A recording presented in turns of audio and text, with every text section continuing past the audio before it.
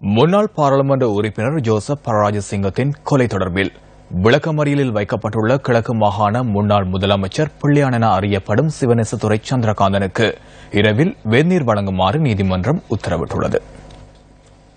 தமது பாவனைக்கு வெந்நீர் அவசியம் என நீதவானிடம் பிள்ளையான் கோரிக்கை விடுத்ததை அடுத்து மட்டக்களப்பு மாவட்ட மேலதிக நீதவான் MIM ரிஸ்வி இன்று இந்த உத்தரவை பிறப்பித்துள்ளார். அதற்கமைய சிறைச்சாலைகள் அதிகாரிகளின் முன்னிலையில் வெந்நீரை வழங்குமாறும் நீதவான் உத்தரவிட்டுள்ளார்.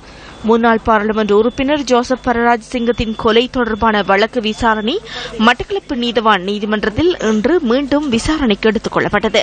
இதன்போது பிள்ளையான் உள்ளிட்ட சந்தேக நபர்கள் 4 பேரையும் எதிர்வரும் 28ஆம் தேதி வரை விளக்கமறியலில் வைக்குமாறு நீதவான் உத்தரவிட்டுள்ளார்.